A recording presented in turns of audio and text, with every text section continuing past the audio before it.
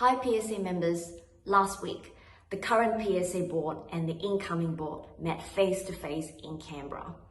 Could I please start by saying that I feel deeply humbled to be re-elected as your PSA National President for another term. I want to reassure you that PSA has a strong team working behind the scenes every day to advocate for PSA members and our profession.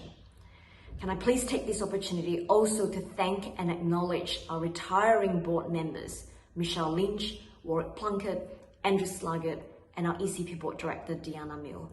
Thank you to your long-standing contribution and the positive impact that you've made to PSA members, and our profession. Thank you. I also want to welcome our incoming new board directors, Helen Benson, Nellie Soulsby, and Amanda Cross. A very warm welcome to you, and we look forward to working more closely with you to benefit PSA members and our pharmacy profession moving forward. For members who managed to dial in last week to our members only webinar, would know around our concerns, but also our approach to addressing the 60-day dispensing policy in the aged care program. I want to reassure PSA members that PSA's advocacy effort in this space is continuing, and it's continuing strong.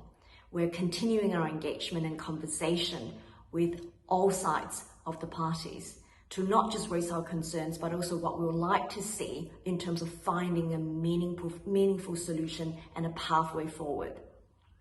If the 60-day dispensing policy were to go ahead, we want to ensure that our concerns are going to be addressed.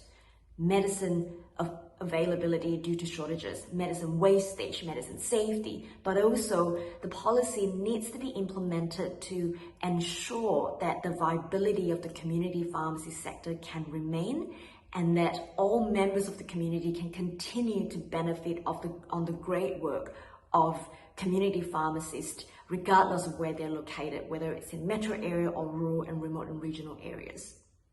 That is our commitment to the community. Pharmacists do so much. Our message to the government is very clear, that we want and we are willing to work with the government.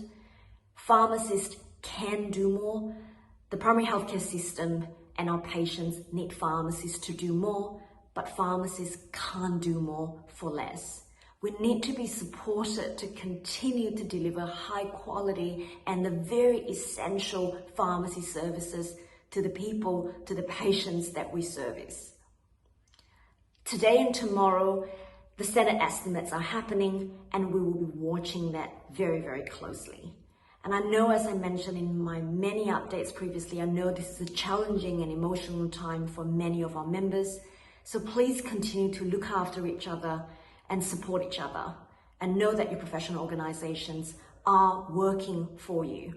And in this regard, we are calling for the government to involve the pharmacy profession and speak to us and the Pharmacy Guild of Australia when it comes to the implementation of the policy, and also about finding a meaningful reinvestment policy as a pathway forward. If you require any further support, please reach out to Pharmacy Support Services and continue to take care and support each other.